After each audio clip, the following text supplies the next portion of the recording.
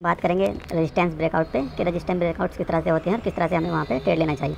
तो resistance breakout के लिए सबसे पहले हमें दो रेजिस्टेंस देखने होते हैं, जैसे कि ये यहाँ पे दो रेजिस्टेंस हैं, ये दो रेजिस्टेंस दिए हुए हैं, नंबर 1 नंबर 2, ये हमारे पास दो रेजिस्टेंस हैं। अब हम इन रेजिस्टेंस को कन्फर्म कैसे करेंगे कि ये कन्फर्म रेजिस्टेंस है।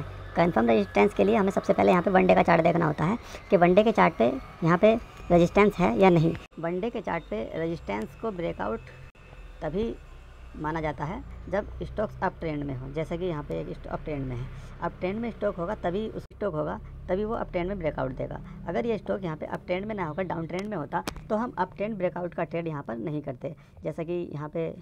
तो अब ये स्टॉक क्या है, ये स्टॉक एक अप ट्रेंड का स्टॉक है और अप ट्रेंड का स्टॉक करने के बाद इसने यहाँ पे एक रेड कैंडल बनाई है, ये एक रेड कैंडल बनी हुई है। रेड कैंडल का यहाँ पे रेड कैंडल का मतलब ये है कि यहाँ पे कुछ लोगों ने प्रॉफिट बुकिंग किया है, जिसकी वजह से ये रेड कैंडल आई है। क्योंकि कंटिन्यू अगर आप यहाँ से देखोगे तो पीछे से अप ट्रेंड चला आ रहा है, ये एक अप ट्रेंड का स्टॉक्स है, तो यहाँ पे अप ट्रेंड चला आ रहा है और यहाँ पे आकर कुछ लोगों ने प्रॉफिट बुकिंग की है, इसलिए रेड कैंडल आई है। इस रेड कैंडल अप ट्रेंड में रेड कैंडल आई, रेड कैंडल हाई पे ही हम एक रेजिस्टेंस मान के चलते हैं कि इस हाई के ऊपर ही एक रेजिस्टेंस होगा। क्योंकि जिन लोगों ने यहाँ पे प्रॉफिट बुकिंग करी है या कुछ लोगों ने यहाँ पे शॉर्ट किया होगा तो उन लोगों के एसल यहाँ पे ज़रूर होंगे और यहाँ पे अगर एसल कटेंगे तो स्टॉक मोमेंटम अच्छा करता। तो अब हम इसको 15 मिनट के चार्ट पे देखते हैं। अब यहाँ पे 15 मिनट के चार्ट पे हम देखते हैं कि ये एक रेजिस्टेंस है प्रीवियस डे का, ये एक प्रीवियस डे का रेजिस्टेंस है और यहाँ पे 2 बार इस स्टॉक्स ने अगर यहाँ से प्रॉफिट बुकिंग आनी होती तो यहाँ से ये स्टॉक कंटिन्यू नीचे आ जाता, लेकिन इसने दूसरी बार फिर यहीं पे जाकर रेजिस्टेंस लिया है और यहाँ पे एक बेयरिश कैंडल भी बनी है। इस कैंडल में यहाँ पे कुछ लोगों ने सेल भी किया है।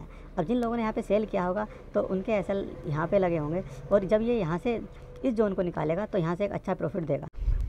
अब हम इस स्टॉक को देखते हैं। तो हमने 15 मिनट के चार्ट पे एक रेजिस्टेंस जोन यहाँ पे हमने देख लिया है। अब हम इसको ट्रेड लेने के लिए 5 मिनट चार्ट को देख लेते हैं। 5 मिनट चार्ट पे अब इसको 5 मिनट चार्ट कर लेते हैं। 5 मिनट चार्ट पे हमें ब्रेकआउट को कंफर्म करने के लिए कोई भी स्टॉक्स जब अपने रेजिस्टेंस को ब्रेक करता है तो ब्रेक करने से पहले वो एक रेंज बनाता है। जैसे कि इस स्टॉक्स ने बहुत अच्छी रेंज बनाई है और इस रेंज बनाने के बाद इस स्टॉक्स ने जैसे ही इस रेंज को ब्रेक किया है तो एक बहुत अच्छा मोमेंटम इस स्टॉक्स ने दिया है।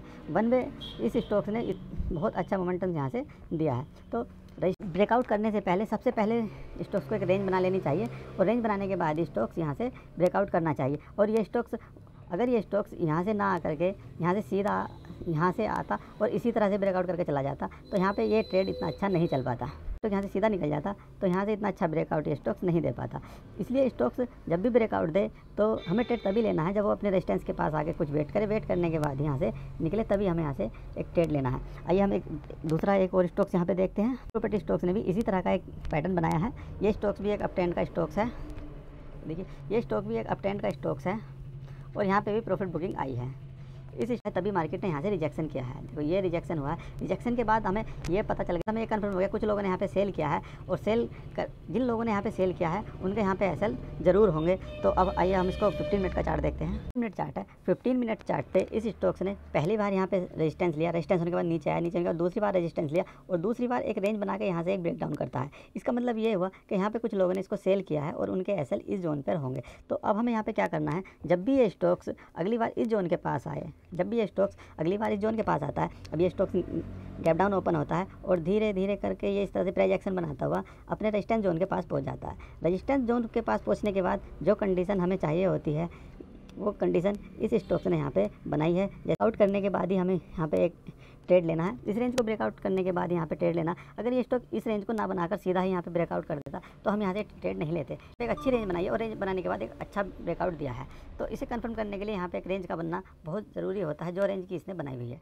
इस रेंज के बाद अब ये चार्ट 15 मिनट का चार्ट है, हम ट्रेड लेने के लिए 5 मिनट के चार्ट का यूज़ करते हैं। आइए हम 5 मिनट के चार्ट पे, गोदरेज प्रॉपर्टीज़ का ये 5 मिनट का चार्ट है। 5 मिनट के चार्ट पे इस स्टॉक्स ने यहाँ पे बहुत अच्छा कंसोलिडेशन किया है और एक रेंज बनाई है। इस रेंज काफ़ी अच्छी रेंज बनाने के बाद ये स्टॉक जब यहाँ से निकला तो इसने बहुत अच्छा ब्रेकआउट दिया है जो कि 1:2 का टारगेट है, जो हमें जिस रिस्क रिवॉर्ड के हिसाब से हम यहाँ पे ट्रेड करते हैं। तो ये इस स्टॉक ने यहाँ से 1:2 का टारगेट इस रेंज के नीचे हम ऐसे लगाते हैं और 1:2 का टारगेट यहाँ पे इस स्टॉक्स ने 1 वे दे दिया, 1 वे।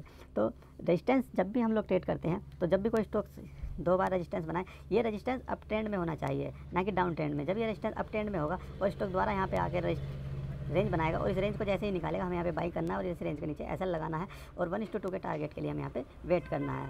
तो ये इस तरह से जब भी कोई स्टॉक्स रेजिस्टेंस को ब्रेकआउट देता है तो बहुत अच्छा मूव देता है। इसी तरह से हमें स्टॉक्स पकड़ने हैं और ट्रेड करने हैं। ओके दोस्तों।